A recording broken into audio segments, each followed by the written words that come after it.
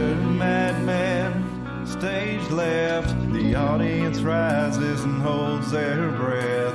They let the vampires into their house, pretend they don't see when the teeth come out. Put a band-aid on their throat. No one wants to rock the boat, and no one wants to talk about it. You're not supposed to talk about it.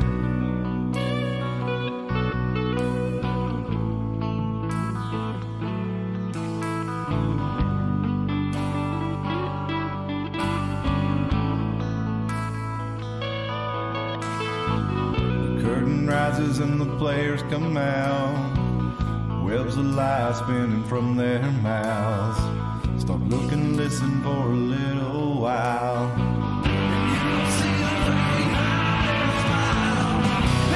Attention to the men behind the curtain. Just look away when you see the blood spurting down to a steady drip.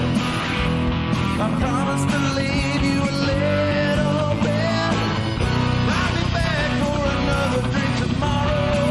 I love the taste of your terror and your sorrow bathing in your blood. It's never enough.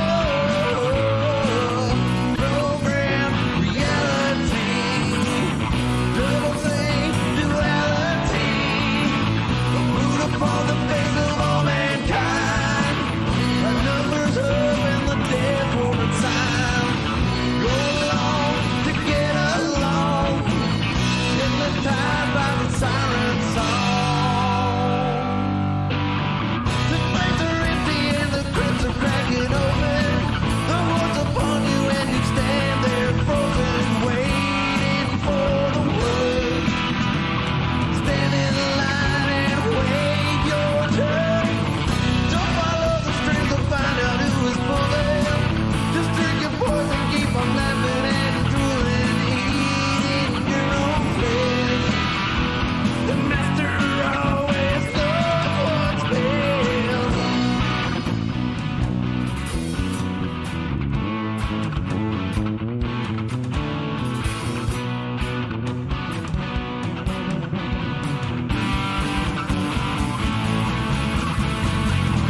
Worldwide genocide. The overlords of hungry parasites. Report the finger and the eagles fly. Raining fire, children die. Starving plague, paralyzed. Pile of bodies rotten, covered in fire. But no one wants to talk about it.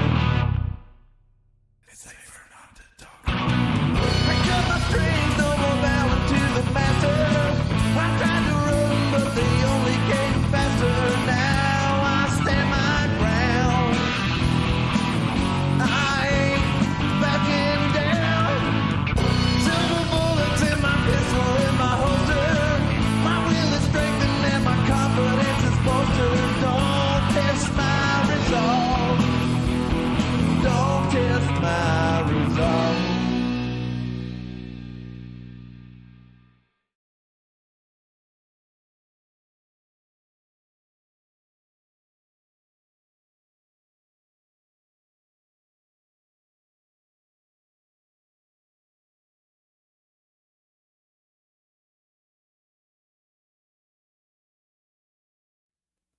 Hello and welcome to the Iron Mountain Hour. Hope you like that little ditty that we put together there. That's actually the three of us on that song called The Men Behind the Curtain. I wrote that several years ago. Yeah, I think I wrote that when Obama had just been elected, or it became imminent that Obama was going to be elected, and it became apparent.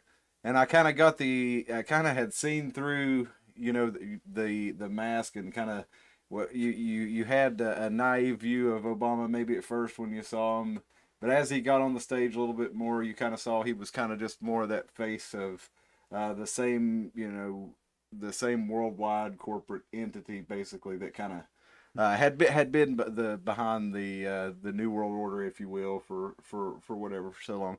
But anyway, I wrote that song when it kind of dawned on me that he was just another face of that, Mm-hmm. and it kind of seemed appropriate to revive it, I guess, when um, with the beginning of the Biden administration, because it kind of seems like a whole other you know a whole other phase in the plan, a whole other part piece of the pie, I guess. But it felt like appropriate, and Tim reached out to me to ask if we wanted to do some recording, and that was the song that I did, and Dustin played the bass on it, and Tim did some guitars and drums and did some background vocals. But we all played a part in it, and I think it came out pretty cool. Yeah. And I think it needs to be cooked just a little bit more. yeah, maybe. It's going pretty good as is. But I think it makes a good intro song for this show in particular, don't you? Yeah, I do think it was a good choice for because the initial thing you pitched Iron Mountain Hour off the get go, which I didn't have a problem with, but it's really hung on the Men Behind the Curtain. But I do think the naming the whole show after the song is kind of pigeonholing yourself. Do you know the story? Sorry to get off on a pop culture thing. That's right. There was a show called Two Guys, a Girl, and a Pizza Place. I remember the show, but I think it's had Deadpool in it. What's his name? Ryan Reynolds. Ryan Reynolds was in it, and a couple other people. But they said after, I didn't watch all of it, but after about season 3 or so, they started realizing that this whole having to have the characters constantly stuck in a pizza place was not a good move. Kind of like, it'd be like if the friends never got to leave Central Perk, Right. And so once I got to thinking about that, I was like, yeah, he's right. We don't want to pigeonhole ourselves into like an Alex Jones sort of ripoff, sort of doomer cast, you know what I mean? Because that's not really what it is. Because we're pretty lighthearted people. We're talking about the end of the world. So, so we didn't include the pizza place. Is what we didn't do. Yeah, I can appreciate that, and the whole idea of the men behind the curtain is definitely something we want to look at in the show quite a bit, because we've looked into in several episodes, and especially the one where we talked about media ownership.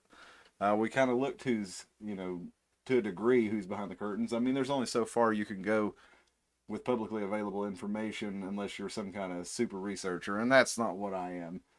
But I am capable of looking at somebody and saying, okay, well, this company, owns stock in this, this, and this, and all the companies that they own tend to behave a certain way, and blah blah blah. That's something that's within my scope of abilities, to look that kind of stuff up and share it with you. But again, I'm not some expert researcher stuff. I'm somebody who's interested in this kind of stuff, and I look into it, and I like talking about it with other people who look into it, who are interested in it. I'm not trying to get in, to some big ideological, discussion here. Well, I mean, we can discuss ideological things, but I'm just saying I'm not trying to get into a big fight with anybody over ideology or anything.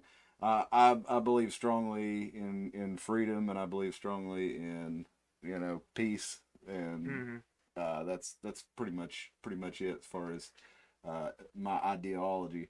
So I'm open to a lot of different ideas, and I'm open to a lot of different discussions.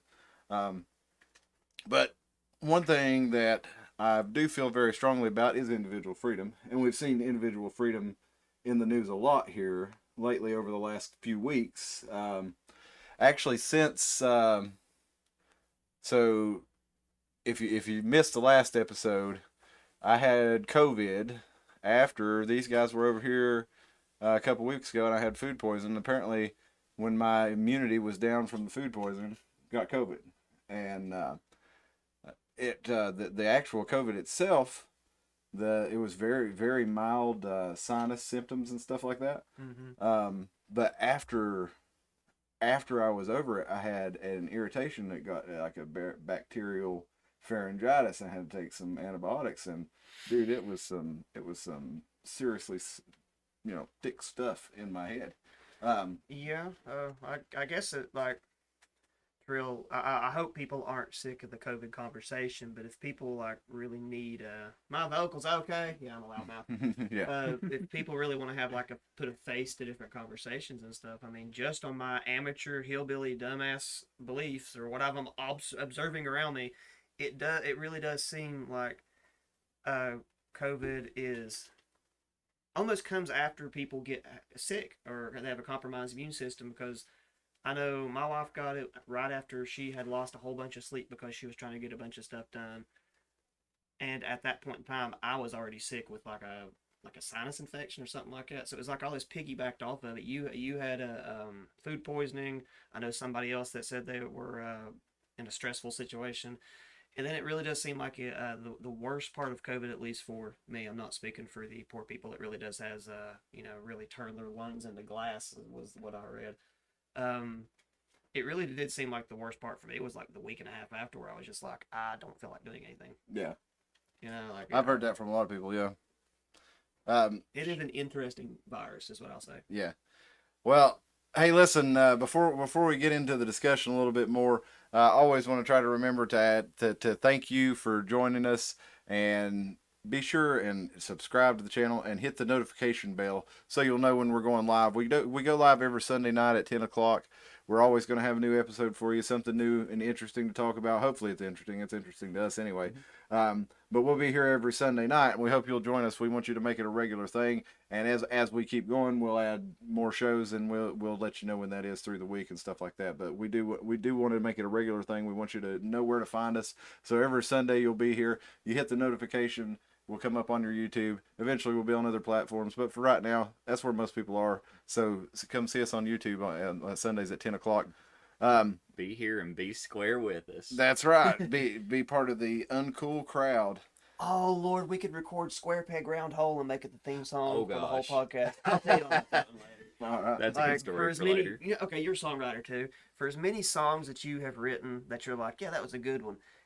How many idiotic jingles have you written? Oh, I mean, I'm uncountable. You know? That's what I'm saying. Like, yeah, so it was one of those. I'll tell you about it off the podcast. Oh, It's okay. not nice. It was quite a big butthole for coming up with it.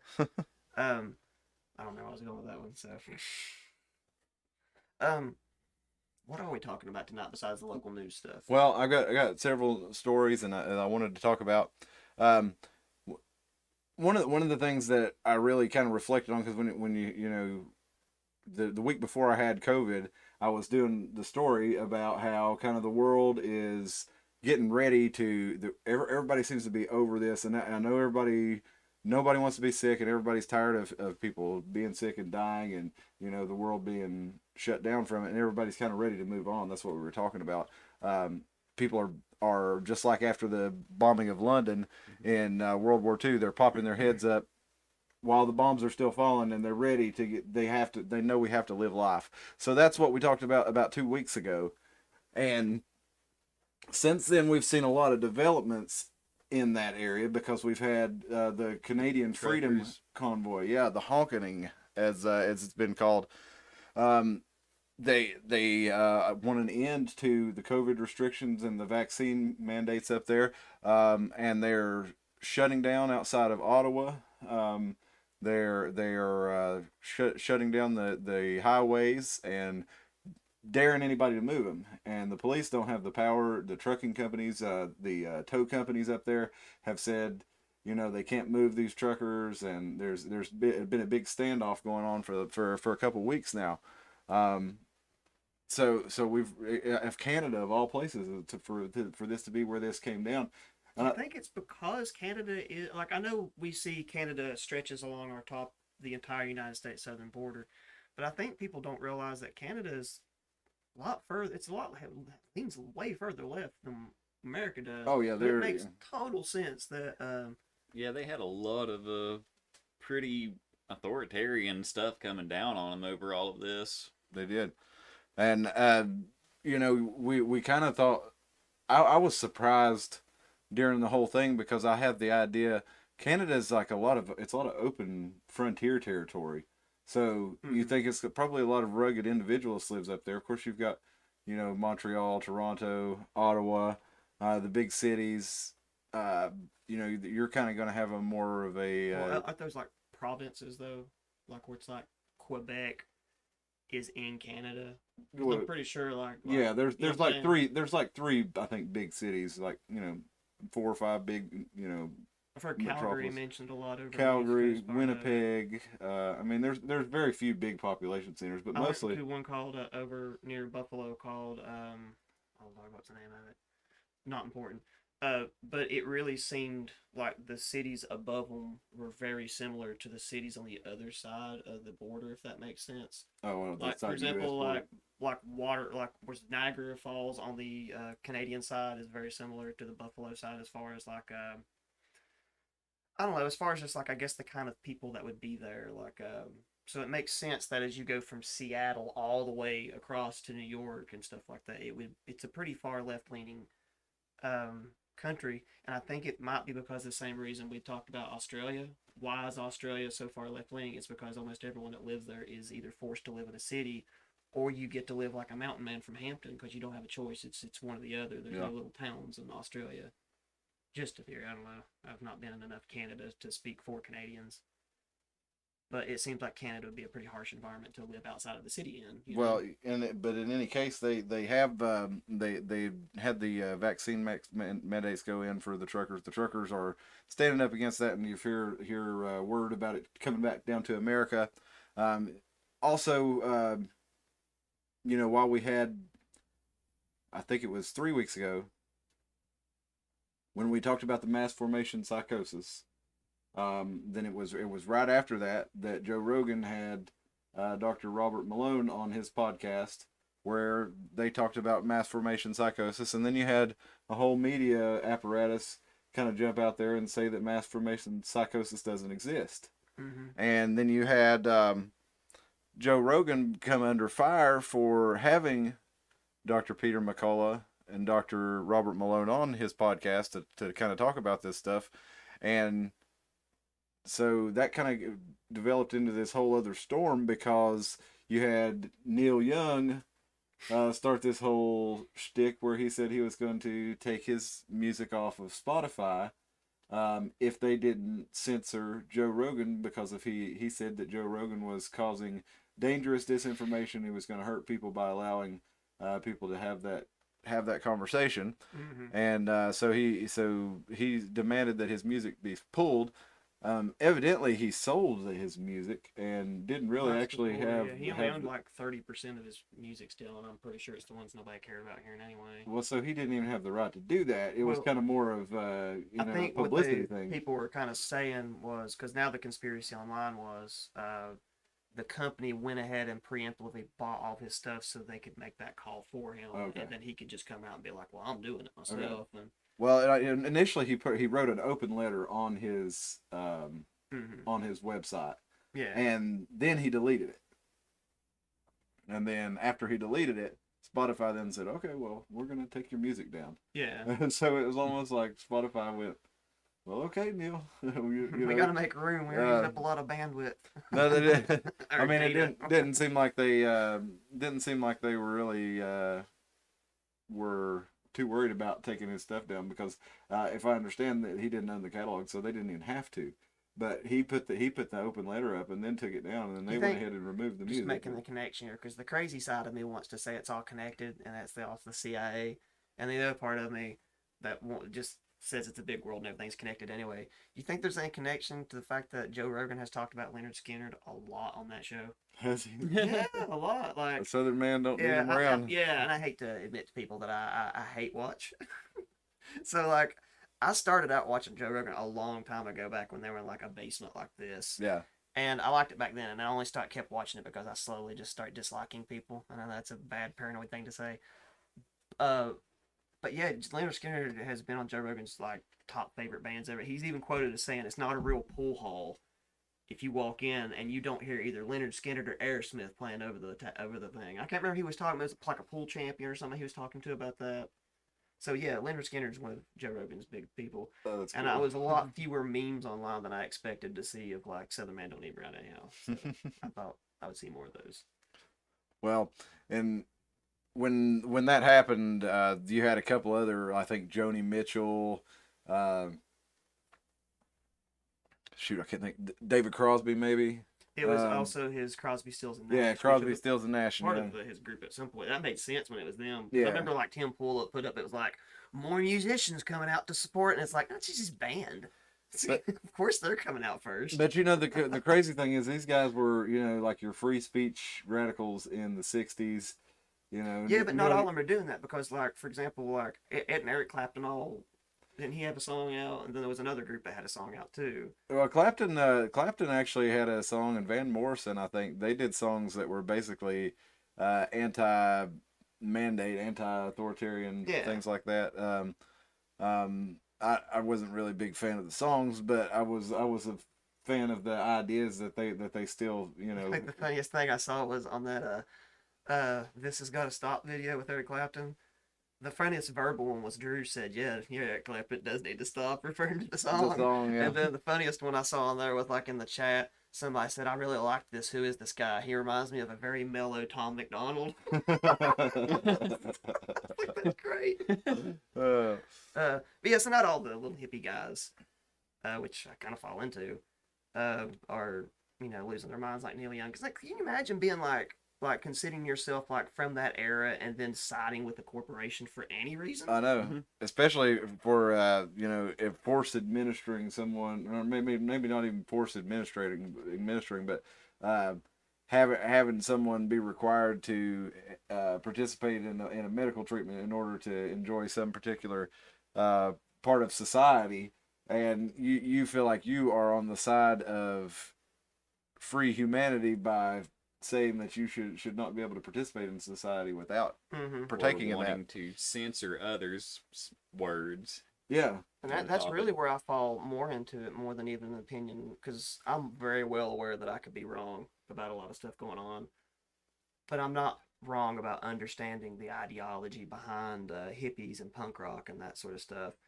And it's so ridiculous to see all these people that claim to have that sort of a background just quickly give up what they made a lot of money doing and just forsake what they've been preaching against. And it's kind of like Neil Young, you know what I'm saying? You're siding with, what the hell? It doesn't make any sense. That's my biggest reason I cringe over it is.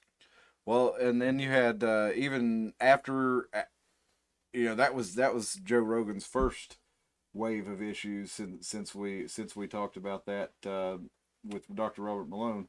He's since had another issue where he apparently he was in some of his older episodes he actually would say the N-word, not maybe reading it or discussing it in contest or something. Yeah, it was not anything that if you'd watched the show, it's obvious he wasn't racist. But I think Joe made the problem worse by somebody made a reel of him saying it a bunch of different times, and he's like, "Oh, this made me look bad," and he came out and apologized, and it's like that just kind of makes things worse. Yep, he broke his own rule right there because he's been screaming for a long time, "Don't apologize."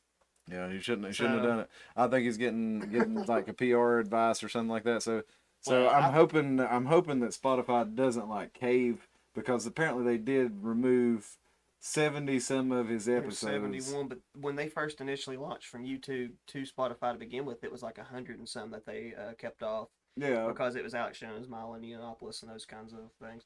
But that's exactly the reason I'm disappointed in Joe. I've been like, now everybody's suddenly, what are we looking at? Where's the camera? Oh, we're this channel. Everybody suddenly wants to be anti-Joe Rogan or disappointed in Joe Rogan. I got unfriended on Facebook because I knew how many followers he had. That was it at the time. I've not been on the Joe Rogan board for a long time, and it's because I'm paranoid about people's behavior. I don't like it when people say one thing and they do another, because that it's kind of like an as above sort of below micro meta sort of situation in my head where it feels like people are going to go back on their stuff, and just the move to Spotify and all that stuff seemed. I don't want to go like a Joe Rogan breakdown. I'm just saying I'm ahead of the curve on this one too, because like, of course he's going to cave. Like he everybody wants that money. I'm afraid Spotify is going to cave on him. That would be the best thing to happen for him, because then he could go back to actually having a decent show again. I've not watched it in a long time. I've not watched the ones that you're talking about that have been censored, the Malones. I've watched it from time to time. It's a pretty interesting show. He has good guests. Not somebody who catches every episode or anything, but it's intriguing conversation. I guess it could be. I think I'm trying to really think about what my issue Everybody always has this like shining moment on the internet when I go from watching them as an observer to watching them as a what's this filthy guy up to? And yes, I remember it. I remember my moment that I started going kind of like south on Rogan. Was when I started catching like these subtle product placements Mm-hmm. in his podcast, and you're supposed to tell people that you're sponsored by people, and every now and then some of that stuff would slip in there. Where I can't remember, it was like an exercise bike and that stupid Buffalo Trace slicker everybody's going crazy about. Mm-hmm. Well, I mean, Um, he just does commercials. but yeah, you're supposed to disclose that you're. Are they not? I mean, they sounded It- like pretty obvious commercials to me. But No, before he started doing the read-in thing, they would bring them up in conversation as if they weren't a part of it. And Oh, it just okay. always seemed shady. I don't know. That's, I know That's really that's, quick, but I that's wanna just go like business. That's just business, a man. psychology of. Well, here's my point, I guess, because when you first said, "What would you like to talk about besides local politics?" My first thing that popped in my head was, "Don't pedestalize your heroes too tall." Yeah. Well, yeah, you'd said that about Elon, yeah. Yeah, and that's not my heroes, but it really breaks people apart when their heroes come tumbling down. And I hate to tell everybody, but your heroes are going to come tumbling down because they're just as imperfect as you are. And now you're going to assume yourself as the leader of a space rocket company with SpaceX and that stuff. And now let's go to Joe Rogan, a stand-up comedian that made his way up into the top podcaster in the world. You don't think those guys have got skeletons? That's my point. Like, you don't think they've got skeletons, and of course they do. When we looking at Elon tweets, Yeah, I was just scrolling through there to see if he had I've not looked anything. at him in a while. No, I haven't anything either. cartoonish in a while. I haven't looked either. He's got Falcon 9 launched 49 Starlink satellites from February 3rd. So that was just a couple days ago. What happened with Eastman? Now that I'm thinking about, that's Yeah, another thing I we've actually, not talked about. yeah, I had that pulled up right here. Yeah, that So they apparently, explosion, fire, whatever it. they had asbestos everywhere. a steam line failure. So there was this was Monday morning, so last week, so the day after the podcast last week, we had a steam line rupture here at Eastman, and I brought it up because people are still talking about it. oh yeah, it's apparently they released the 911 calls here the other day. I'm trying to find the original story. That's what I thought I had pulled up.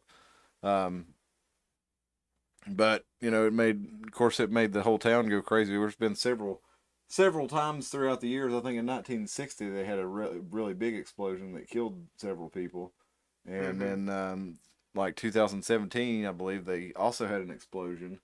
Now this one was they initially said, "Oh, it's not an explosion. Oh, it's just a steam line failure." That kind of sounds like like maybe they were I don't know if you're Down- sharing your screen or not. downplaying a little bit. No, I'm not. I'm not sharing it. I'm trying to find the original or the story here. Yeah, he says Senator John Lundberg of Kingsport said there was a communications gap. He said, I don't know from where that came, but the flow of information was not quickly as any of us wanted. The city manager, Chris McCart, spoke to News Channel 11 about the communications, and there was apparently the steam pipe failed around 7:30 a.m., and the city first received word from Eastman around 8 a.m. and sent Kingsport Fire Department trucks to the scene. Now, after the pipe failure, residents were desperate for information after the blast shook nearby homes and debris rained down from above. So it busted the steam pipe, obviously, and pieces of it, fell down everywhere. And, of course, people were freaking out. Newly released 911 calls revealed people asking whether it's safe to travel or take their children. They don't know what's in this stuff. They said it's just steam. There's also been reports that it had asbestos in it I now. heard they said that there was like snow like I stuff. mean, what on are they objects. still using asbestos for? I thought that was something that was discontinued usage. Well, it was a fire retardant. It was apparently very effective fire retardant, but once you put it into place, if you clean it up, it can be very dangerous to clean it up. Yeah. So that's like an issue with having it was it torn sprayed down. in, basically, wasn't it? I- Like that- from a giant gun. Well, I think there was a lot of different ways to put it in. I think a lot of it was like plates, and then a lot of it was insulation. And you see asbestos shingles, asbestos. But I mean, like at Eastman, you would think that, because like those factories, they have so many EPA inspections and stuff like Yeah. that. Why in the world would a factory still be using it? Seems like they would have made them change it out. Is what I'm saying. Yeah, I don't know about that. EPA, Unless it the was EPA's a just- vampire. They love to suck things out. Dude, when I worked at a music store, they had a paint called nitrocellulose that if you wanted to have a guitar paid with, you had to pay the EPA a fine just to use the paint. You could totally use it. You just had to pay the fine to use it. So there's no way in the world the EPA wasn't like, hey, we here's our new green initiative. It's called Suck All the Asbestos Out of These Chemical Plants as Chimneys. Bar measure S. So, that's from King of the Hill. So. Well, we need to do a King of the Hill episode. That's my show, dude. That's one of my favorite shows ever. Some more Bar measure S. The snake one. Oh yeah, snake. Yeah, I know the one you're talking about.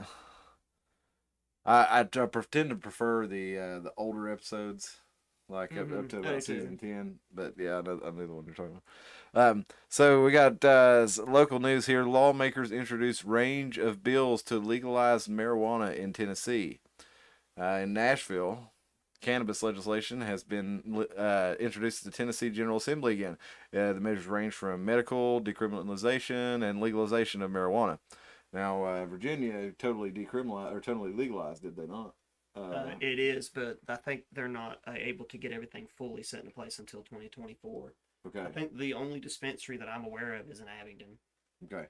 So there's but as far as there's no criminal. Oh no, you can grow it in your basement. Yeah, if you yeah. want to. There's I just think there's a smaller amount. Like out in California right now, I think you can have 12 plants, and I think Virginia, if I'm not mistaken, you can only grow 4. I don't know if that's Last a lot I heard, or I not. thought it was 2 is what I was thinking, but 4 they could. I mean, I haven't really I kept don't up with know. it. You can Google it if you want to, but I'm thinking it was like 4 because I thought it was like a very small fraction. But considering legality, good lord, I don't know how I've never even considering where we're at, I've never even seen like it growing outside of going and seeing like the displays in Colorado and stuff. So I don't know. I mean, since they legalized the hemp and stuff over the last few years, you've got several large hemp farms around here. I'll take it back then. I guess that was so you do see some of that growing. But I think that may have gotten people a little bit used to it because you have all over the place in the Tri-Cities. You've got CBD shops. You've got in the gas stations. You've got the Ready Marts are selling little hemp cigarettes, little pack of 20 cigarettes, $5. And that's cheaper than a pack of Marlboros, and it tastes like and smells like the little cheap weed that you used to smoke when you were in high school. Except it doesn't get you high, kind of like the cheap weed you smoked when you were in high school. Do you think that like I had this theory like the Delta 8 really does confuse me, because I found even like the chemical Delta 8 really isn't all that new. I mean, it's not that old. I mean, like I think they first found it on like a little like a moss in New Zealand called radula or something like that, and it hits the same receptors, but it's a little bit different as far as the 9. But good lord, you see D8 on every gas station. Oh, you mean as far as the Delta 8? The Delta 8, yeah. I mean, if we're talking effect, and it's not the same thing. If we're talking effect, then effectively right now, to your average person that's not Snoop Dogging it on the regular, they can go get absolutely blasted out of their ass right now just by going down to the. Oh yeah, that Delta 8 will you get can go down there and stoned. just get lit off of it. Oh yeah. And it makes me wonder if that wasn't like a way to soften all like for people who don't know. I keep getting confused by these cameras. For people who might have stumbled onto this channel that aren't from Carter County, we didn't have liquor stores until 5 years ago? Yeah. Our area is so heavily affected more than just that. by the laws of It's been more than prohibition that, and the fact that we remember when we were allowed to even have beer sold in Elizabeth, Yeah. like an Applebee's or something, shows just how behind the times. Yeah, we it used to really be are. when I was a kid, Pizza Hut was like the only restaurant in town that served beer. Yeah. They had draft beer and I mean, you had a couple of beer stores and the grocery stores, but most of your gas stations did sell beer. You had some here and there that did, but like it was like a dirty secret that some of the deacons would load up in like a van, not the church van, and they would drive and they would drive to Virginia to play the lottery. yeah. So I mean, like the idea that where we're at, I don't think a lot of people really do get it. in as far as the United States goes, our area is very sheltered from a lot of the stuff, and it has made us a little bit backward about some stuff. And I'm wondering now if some of this D8 hadn't been snuck into the area because, good Lord, can you imagine legal weed hitting Tennessee? Because it wouldn't be anything if Nashville suddenly had legal weed. No. But Carter County suddenly having legal weed, you'd have people out in the side of the streets protesting stuff because they wouldn't be able to wrap their head around it. I don't know if they would or not. I think most people have gotten I think pretty you're used forgetting to about it. all these hills and stuff around here we live in. The people that they don't even know what streaming is. They Yeah, think that- but you got to think. Yeah. Think about all the people that live around here and have run into it. I mean, people dude, I know could probably about it. give you a list of probably 50 people right now because I think we've forgotten. Because it's like we can sit here and talk about like, yeah, I know what Delta 8 is. I could probably give you a list of probably 15 people. No, I mean, just people know what weed is, though. I mean, people in this area Okay, are I won't been say a around name. enough of it to. So I keep it I won't say a name, but the slim chance this person, because we both know them, I'm even going to change the gender. Oh. I know a lady. He said. I know you get the point. 50. I know a person who, because of the proximity where they live, they've never been around anything like that before. And I remember they were stressed out one day, and a mutual person just kind of said, "Man, I think you're taking this way too seriously. I think what you need to go is go home and pack a bowl and really relax." And I swear what they said was, "Man, I ain't about to go home and see pink elephants." Yeah. Yeah, there are some So misconceptions. I I'm guess. just saying, like, I really think you're giving the area way too much credit for how they would handle legal weed hitting it. And so I don't know. I've just had this theory that the Delta 8 was just kind of Well, ease do you people in. remember when that there was this big debate, about liquor stores before they ever actually finally did make buying liquor legal here in Carter County. Now you can buy it on Sunday. Like, you couldn't buy beer on a Sunday. You couldn't buy liquor at all in Carter County. We had to drive to Johnson City, and people would pile into their cars from up the head of Stony Creek and drive all the way over across to the other end of the county to Johnson City to get a bunch of liquor and make it back so they could finish partying. And everybody in town here was worried, it's going to bring in, a lot more debauchery and drunkenness and this kind of stuff. It's like, no, everybody was already doing this. They were just going to Johnson City and spending their money over there and then coming back. So it's kind of like all this it's been going on. People have been living the lifestyle that they've been living with drinking and smoking pot, doing pills since the 60s, 70s, 80s around here. That a lot of that's not changed. Just they're not vocal about it Not like the vocal people that about are it. against it are. And, Yeah. and if you find out pretty quick, if you start figuring out just all the old men that would dabble in like moonshine and stuff like that a lot of those guys are like deacons. I think this area, just given its history and I guess up and down the Appalachian Mountains, has kind of cultured a environment of silence where people only talk with their friends about everything. Like, because honestly, like, I'd never really been around moonshine a whole lot because I never wanted it because I had it when I was really young and I was like, good Lord, this is like drinking kerosene. It's awful. Not awful as far as taste, but like I didn't want to get that drink that quick. Yeah.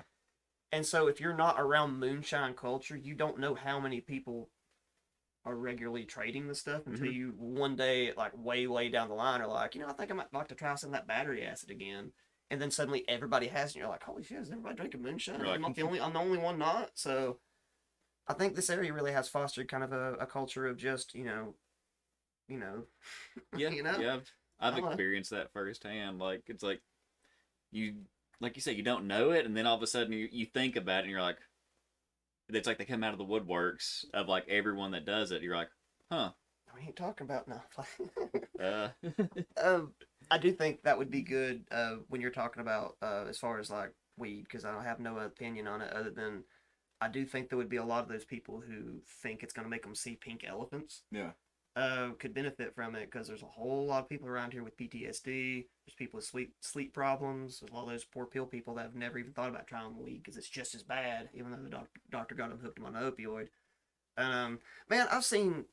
You don't want to be a hippie and a doper, Yeah, you don't want to be them long-haired freaky people. Yeah, and I think I've always said, you get the impression, especially from watching television and movies, but not just that, but from actually seeing potheads and stoners out there.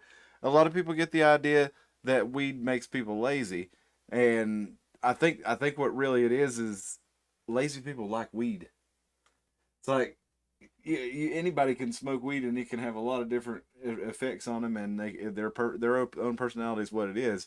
But if you're a lazy person who likes to lay around and do nothing, then smoking weed is a nice compliment Oh, for that. yeah, it's just If like you're somebody, making your lazy afternoon even better. yeah, exactly. So it's easy to say if you see somebody who's being laying around, being lazy and is stoned, you're like, oh, that must be the weed that's makes them do that. But meanwhile, there are successful people out there who partake in it and use it for medicinal or therapeutic or just habitual purposes without it really affecting their day to day life in a negative manner.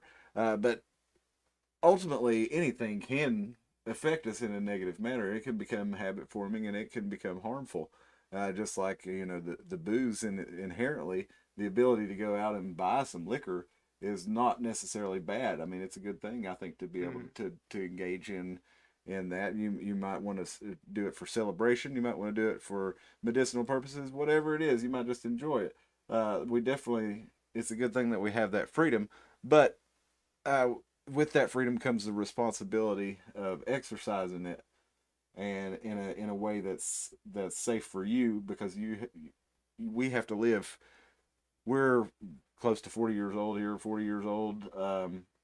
The He said that like an auctioneer at first. Close to 40 years old. 40 years old. Well, as as these sections of 20 years roll by, it's what I feel like our lives are kind of like 20-year sections. I feel like the world moves in 20-year sections. I feel like we're moving on to another 20-year section. I feel like after, of course, I got out of school around 2000, and then the kind of the events of 9/11 happened, and that was kind of like a whole end of an era there, and then another era started, and you kind of had that. I feel like that really drew to a close with during this COVID thing, and I actually had a change in my lifestyle and career after doing about the same thing for going almost 20 years. I switched it up, and it was like in the middle of that there comes this whole other cycle that's starting to. It's like kind of like my change fell into that. The whole world moving on, and it's almost like it's a natural cycle. And I feel like at the same time we have outside forces that we've talked about repeatedly on this show. um, the stakeholder capital guys like the World Economic Forum and the UN and your big industrialist billionaires who are trying to shape this world that's moving on as we are trying to hang on to it. And us guys, we're 40-something-year-old guys who've seen this cycle change over the last 20 years, and we're getting ready to see another one start. And we feel like we need to. We're going to be a part of whatever happens. So I want to be part of the conversation at least, and recognize that there is some kind of new world forming. What it's going to be, I don't know, but I don't want to be this guy that's stuck in the old world while the rest of the world moves on. Like me, I specifically bought my car because it was the only one that I could find that was a straight drive and had a CD player. See, I'm the same way, dude. But Dustin, I don't have a CD player, Well, and all that, but I'm like, I still drive manual I transmissions. know I'll have to give up the CD player, but the reason that I really like having a CD player is because like I do a lot of home burning, like making music and stuff at home, and it's so convenient just to go pop pop, because I don't want to keep sending myself emails because I'm too lazy to erase them. I know that sounds dumb. I don't know. I just like the holding on to that stupid disc, but at the same time, I recognize that I'm probably like that guy who's complaining because I can't find an 8-track player. Old man yells at a cloud. You know what I'm saying? So I don't want to do that. I'll hold on to some tiny idiosyncrasies, like I really do like my 5-speed and that sort of thing. Yeah. But I know streaming's here to stay, and I'm not fighting that sort of thing. Well, the idea of CDs though, like my little girl, she's got a Bluetooth radio and CD thing, but like it's like for some reason the idea of buying her some CDs that she can listen to in her room there, is nice to me, but at the same time I don't know. I've heard like a couple of people with children say that their kid, well, I guess older kids like 12 and up, are getting into CDs and cassettes and that sort of stuff because I guess I don't think of this as an older one.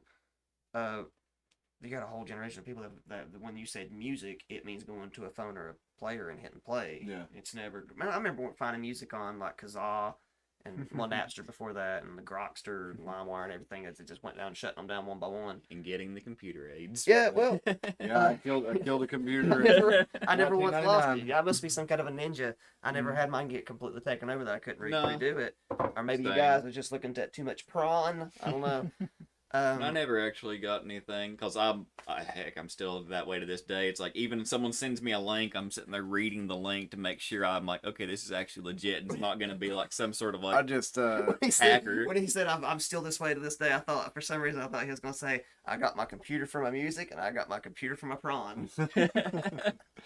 I never actually like got a virus or anything, but I overloaded the hard drive when we got the cable modem for the first time. Went from having 56K to having cable and using Napster and really downloading every song you could think of. I destroyed the hard drive. When you go from it taking what A day. 3 hours to download a song, well, not that long, but Yeah, in the early days. Yeah, oh yeah. Okay, I guess it depends on where the FTP was coming from, but Yeah. hour plus to do a song to like, oh, I can do this in like a minute now. Yeah. What? Yeah, filled up the computer quickly, and I can remember, of course, back the dial-up days of the early internet, looking up trying to find like Mortal Kombat moves, and you'd look it up, and the search engines were primitive, so you'd have to search and then wait, and then you'd go play or something, and then come back and then click on it and wait and go play for a little while, and then hope nobody called while you were waiting on the thing to pull up. I remember one of my earlier ones. I mean, I got to the internet a little later than some of the people around here, but still, it's like I remember on the 56K because I got stuck on Dino Crisis, and I was just like, I was trying to find like forums and stuff to figure out where I was stuck at, and it's like, God, it was just so slow because I'd had to run down into the other room where the computer was, like type it and be like, okay, and then be like, okay, or do it, and that was before I had a printer, so I had to go down there with a piece of paper and shorthand jot it down and then run back up there to my room and that's speaking of printer, that reminds me of another thing that changed a lot is we all have navigation now, and it works really well now. it used to not. No, it didn't. It would end you up in a field or whatever. But not only that, do you guys remember navigating with maps and? Dude, I remember the big atlas, and I remember one of the very first times me and Ashley went out of the house, like out of the state, was me and some friends. Merritt, if you're out there, we went to, I think it was the Warped Tour in Richmond, or Virginia Beach maybe, and I remember we were driving there with like paper that you actually had to print off because you didn't have a phone good enough to have MapQuest or whatever at the time, and so you'd actually have to go print off step by step, and a lot of the time they didn't equate for signs changing as quickly as stuff does now. And I remember it took us to a neighborhood instead of a guitar center once. There's all kinds of zany stuff it used to do with navigation, and I'm trying my best not to rely on that navigation too much anymore, to be honest. Yeah. Because I've gotten paranoid about it. But Heck, it tells you where traffic is. That's They're like, what hey, I'm saying. traffic's built up right here. It's like, how does it know? it's pretty convenient, so I don't know. Well, everybody has, most people have a Google account or an Apple account, and they're logged into it all the time, and it's constantly feeding it into those navigation apps. So they have a pretty good idea of where most of us are. I actually tried to make a habit of just turning mine off. Yeah, unless I'm actually like, okay, I don't know where this place actually is. Yeah. It's And me then a lot I'll- of times. Yeah, Well, I have my You dyslexic by chance? sometimes. Okay. I have a really bad dyslexia, which is why I can't read very well. What people don't think of with dyslexia is it goes across into other areas. So when you see, like, the common thing that they give you with like dyslexia is like if you see the line jumped over this, blah blah blah. Imagine dyslexia by taking the like a map of Johnson City or something back in the day and then going just shaking it up like a jigsaw puzzle. That's kind of like geography with dyslexic people. So I actually have consciously had to map out a lot of the stuff growing up and that sort of thing, whereas most people, it gets automatic. Like, so mapping, like going from point A to point B, is very convenient for me using GPS. Yeah, I just don't like needing it. it's weird. It's like you put me in a car, I'm like, I'll get where I need to go, but I'm more than likely going to get lost at some point. Even sometimes with the maps, it's like, let's say turn left, and somehow I'll still miss the turn. That don't I'm look like, right.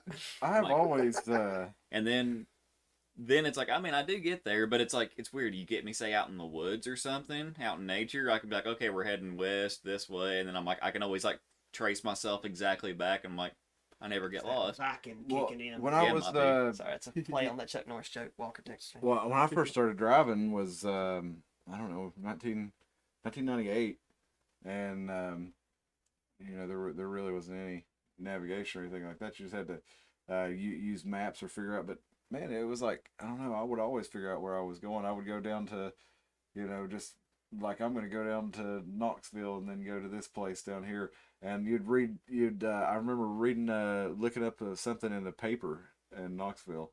And it was like an address that I found in the paper to go down for some job interview or something.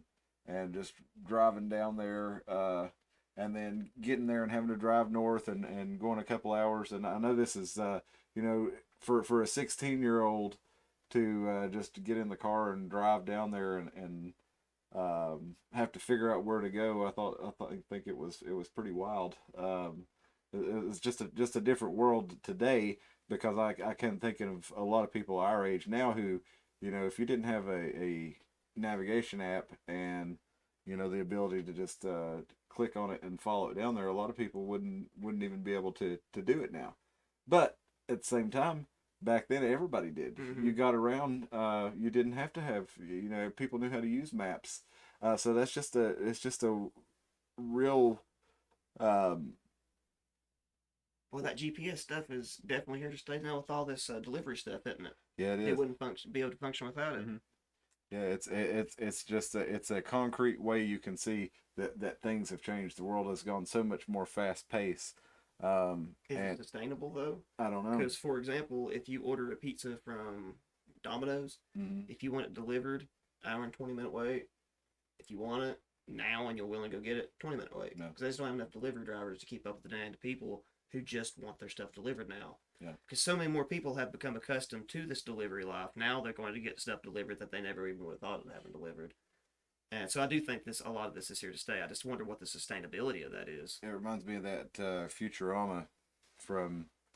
It's one of the early episodes of Futurama from the late 1990s when Fry he's gone to the future. He's awakened after he's been frozen for a long time, and he sees somebody order something, or he orders something, and he puts his money in the tube, and it takes it like 15 seconds or something. He's like, God, that took forever, you know. And you know, we're pretty much we're at 2 day shipping and stuff like that. And You know, man. comment.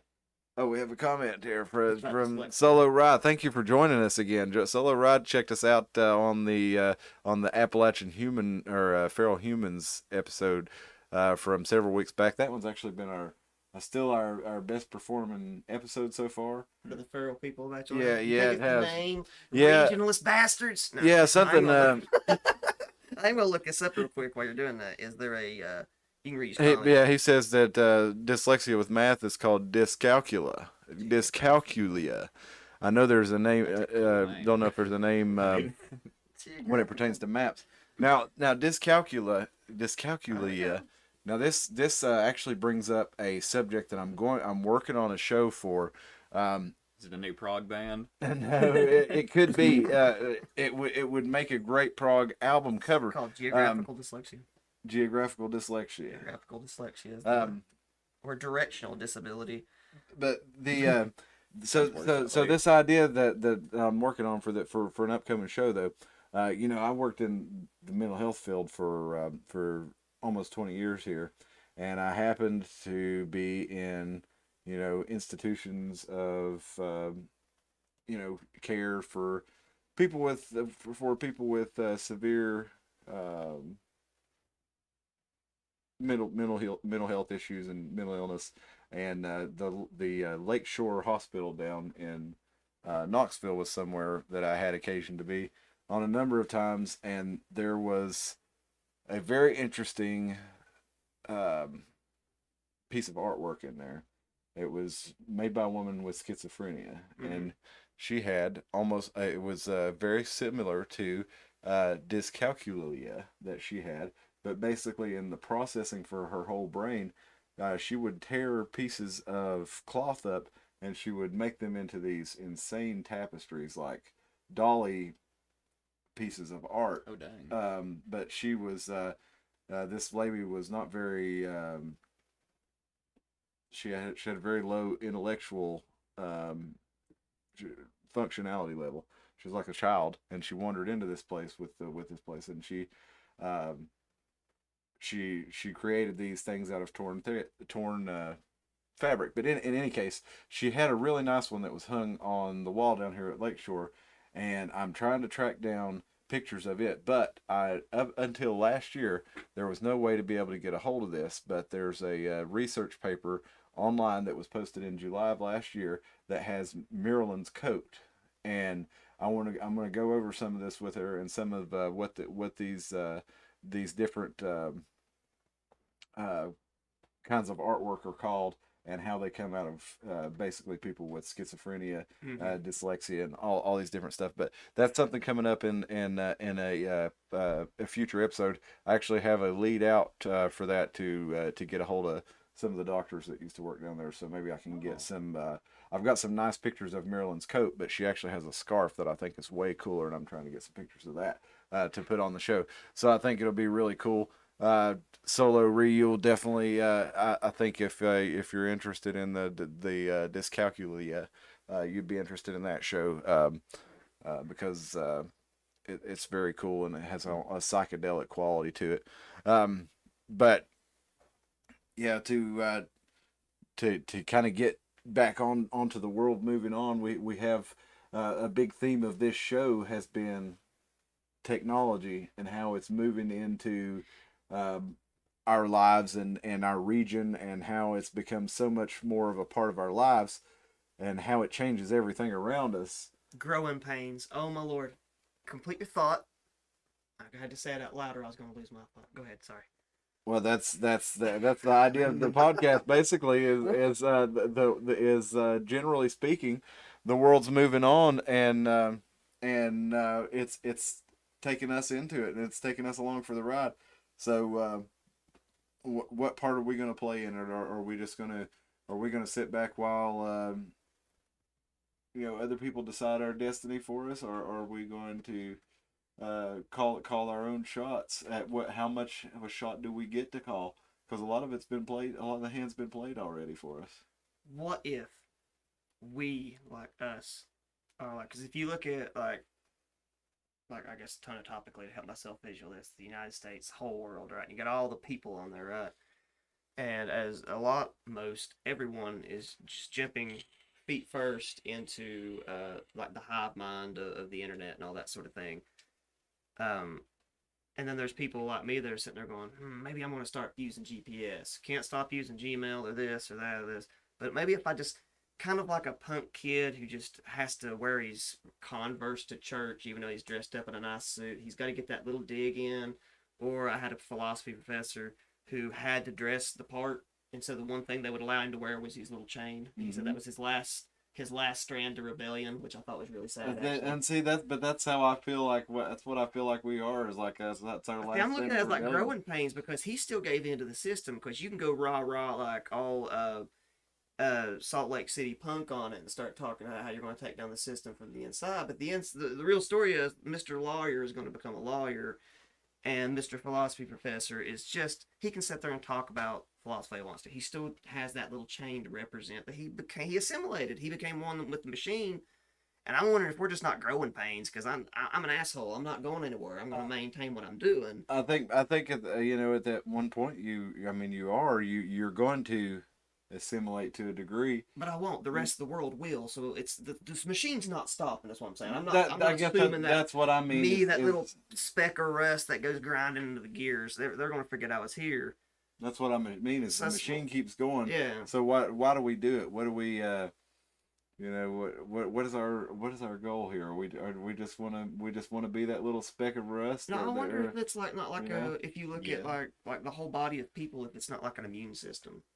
Like it's one of the things I thought was so sad about how like, well, let's go here. I have an episode where I would like in my head to sort of defend woke people on a level. And so I guess here would be my episode here, like to kind of like defend Antifa on a level, because what they're doing in theory is what is supposed to happen with tyrannical governments. It just doesn't make any sense when you've got them like burning down the ghetto and like attacking people. Yeah. It's when like it's almost like AIDS is what happened. Like Antifa was supposed to be the immune system because they're the only people that are going to go club officials and stuff. And at some point, AIDS got offered into Antifa, and they went, "No, let's go burn down black neighborhoods instead." And I'm wondering, like, is there an immune system? Like, how many crazy people like me are on YouTube right now going, saying, like, in spirit, Antifa had it correct, is what I'm saying. But once you start saying, no, because they never ate the rich. That was my point. Like, they said they're going to eat the rich, and then they never do it. They go and, rattle the fence in front of CNN. I think that's more what they're for, is rattling the fence so that changes can be What I'm made. saying is Antifa was formed like back in Germany, like long time ago. So I'm just using them as a case in point because it's not somebody I'm associated with. It's just on a level you have to sympathize like with everyone on a level. Or maybe I did too much acid a long time ago. I don't know, but it's like at some point you have to sit there watching people. Like I was raised thinking it was okay to bomb brown people because they might bomb you first. And that's such a crazy mindset. Like, in retrospect, thinking about that, it's like, no, they couldn't. They don't have the means to do that, necessarily. And so I'm just wondering, like, how many immune systems in the human network of people, like, do they get infected, is what I'm saying. Like, there's got to be someone who checks and balances everything. Like, I used to say that we didn't need a government, but then the whole road argument is actually there. You do need somebody to do that. But I'm just wondering, like, is our immune system hacked? Sort of like, right now, everybody's got COVID, so our immune system is shitty.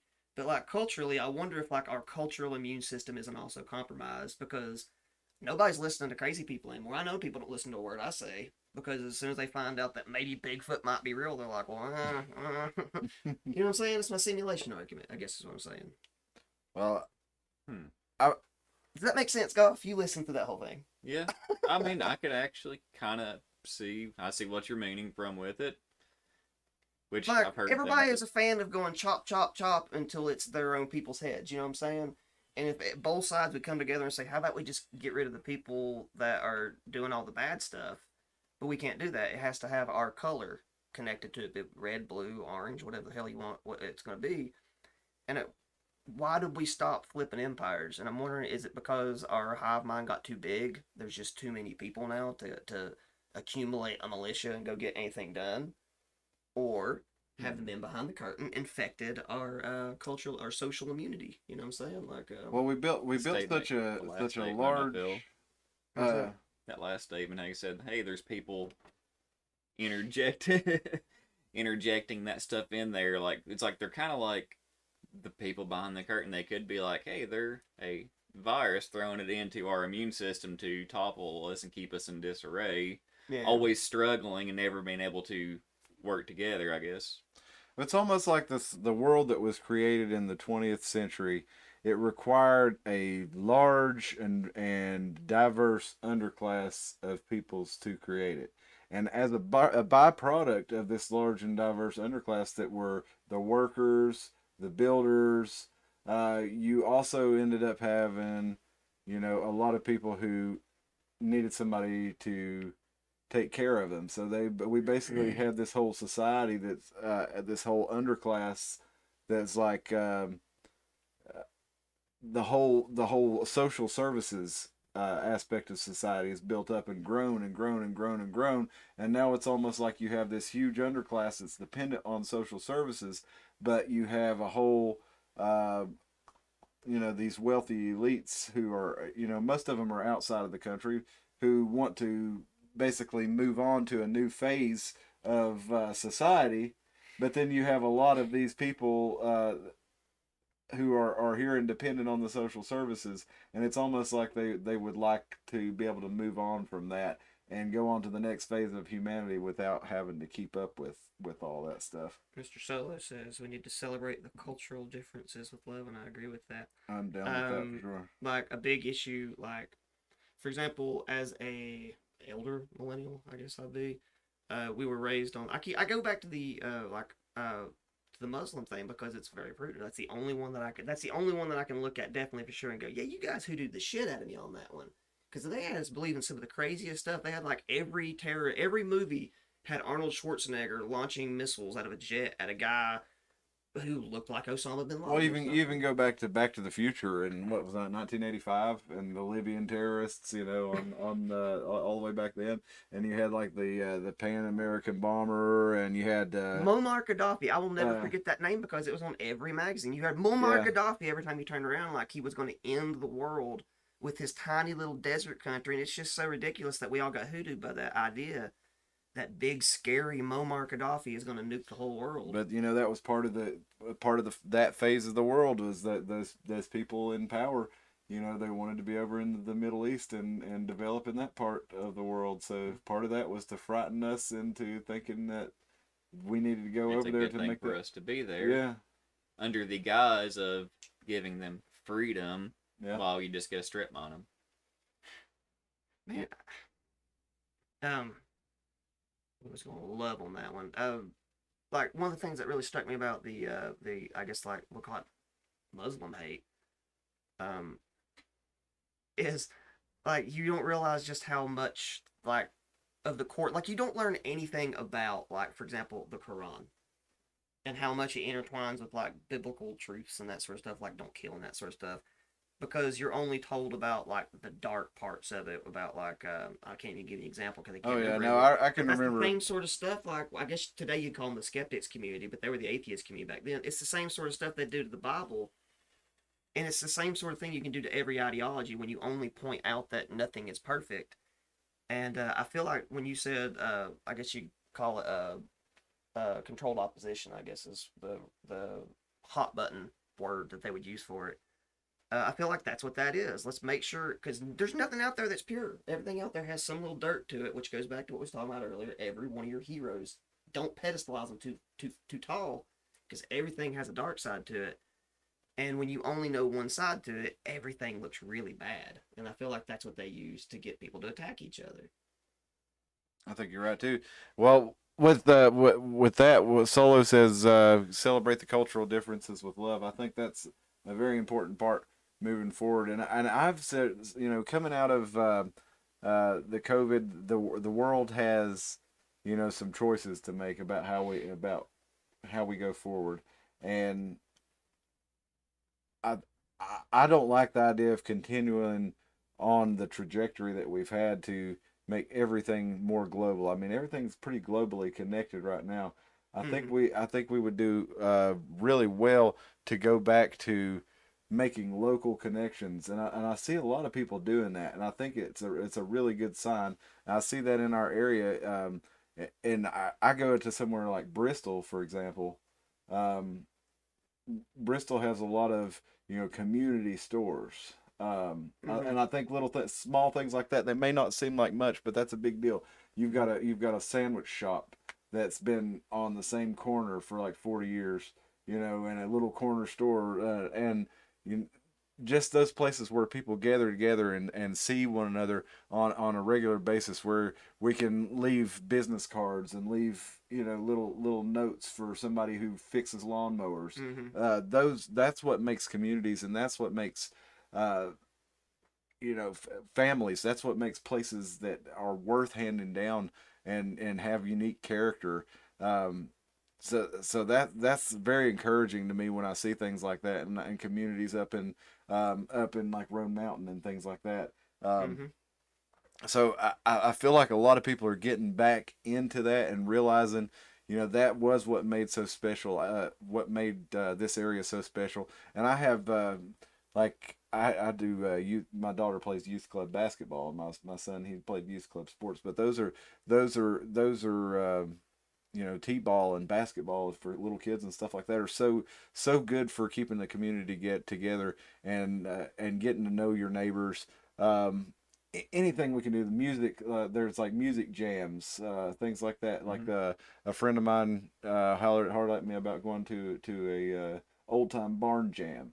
Things like this are great. This is how we build our communities up. This is how we revitalize Americana. That's how we keep the world from moving on and leaving us behind and stay, in our.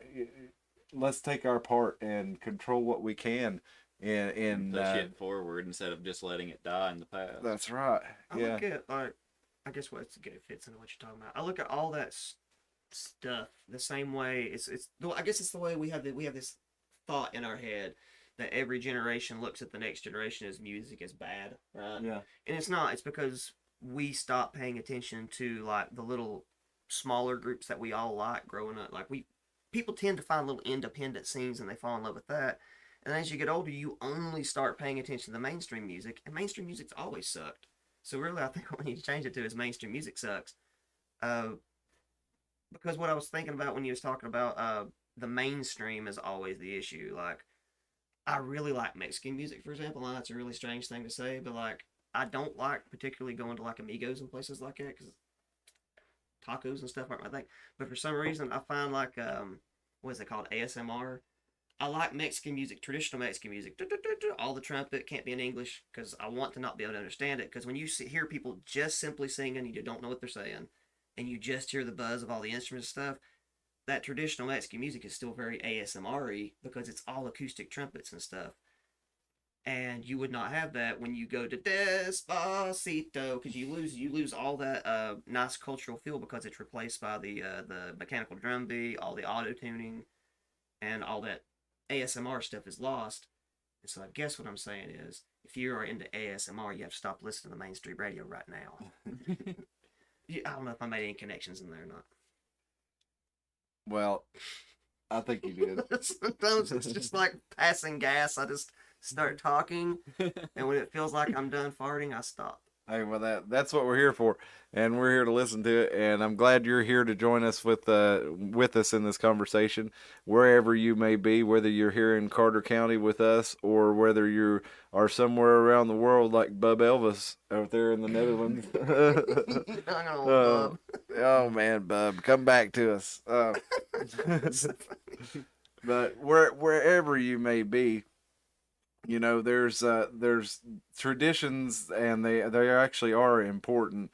They're not necessarily something to be hung up on, but I think it's important to embrace the culture that we've grown up in and see all the good things for it and try to hold on to those and build on them and not repeat the mistakes of the past. But I was gonna say, don't repeat like the bad parts, but take what our cultures and be able to build and flourish something that's even better off of what those cultures are. Yeah. Sounds like y'all are talking about starting a cult. I'm out. You wouldn't join my cult, Tim? No, I want to start my own, just because it'd be fun. What a way to go out. This is episode 22. What we were going to talk about originally, because the only thing I come up with was Ron Hubbard quote. No, the significance of 22, which we talked about 2022, Build Back Better, which would be BBB in numerology 222. This would be 22, so if you were into numerology, the episode should mean something. I don't know where I was going with that one. I just think the 222 references are going to continue all the way into the end of the year. So if anybody's into left-hand stuff, the left-hand path, that is something I'd really like to talk about. But maybe we already did. Left-hand path, and how I feel like what has happened is you have two different kinds of groups. You have people that are right-hand path and left-hand path. And the reason religion gets squirrely is because you force lefters and righters together when they shouldn't be forced that way necessarily. And so if you are into left-hand path stuff, try to do some good stuff in February. I don't know, I'm not into astrology, but those people really seem to think this would be a good time. Who found stuff because it's based on the idea of 22, which is the master architect number. So that was another big fart, fellas. So We like. You've been what We're did you talk gassy. about? We like gassy. I feel like you I feel like you have something you would like to present out there that What you got? You put me on the spot. No, I feel like every now and then out of the corner of my eye, you go like that. And I'm like, well, so I just felt like I should stop and be like, if you put a pin in at any point, I've interrupted you. No. Okay. Sorry. Back to you, Cliff. Well, I think we're coming back around to a good time to wind it up for tonight. I want to thank you for joining us again.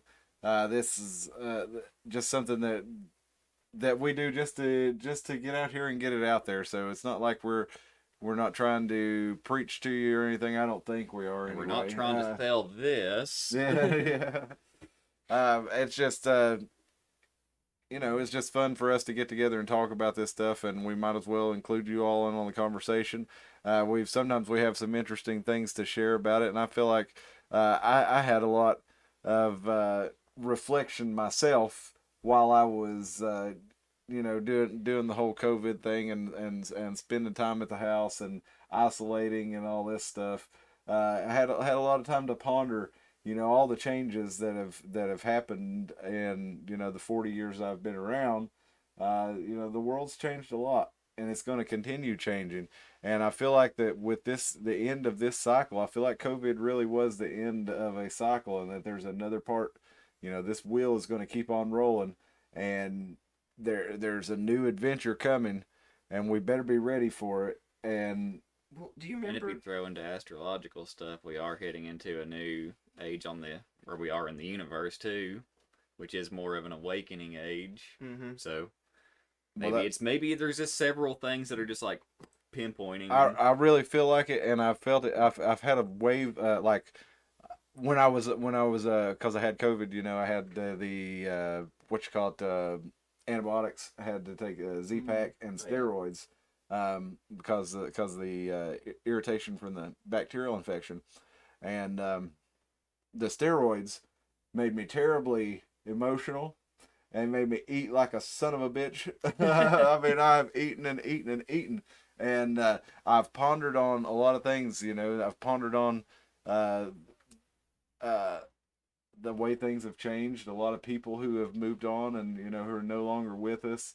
A lot of my friends' parents that I would spend the night with, have died, and there were people who were really important to me when I was a kid, and now I'm the age that they were when I met them, and they're gone now. So that really, it really made me reflect on what they meant to me and what that part of my life meant to me and what that world meant to me and what, this new world that we're going into is going to be and how I'm going to be, I want to be somebody that my kids and their friends look back on fondly and, leave something worth remembering for them and leave a legacy that whenever I'm gone, people will, think about me fondly. But not only that,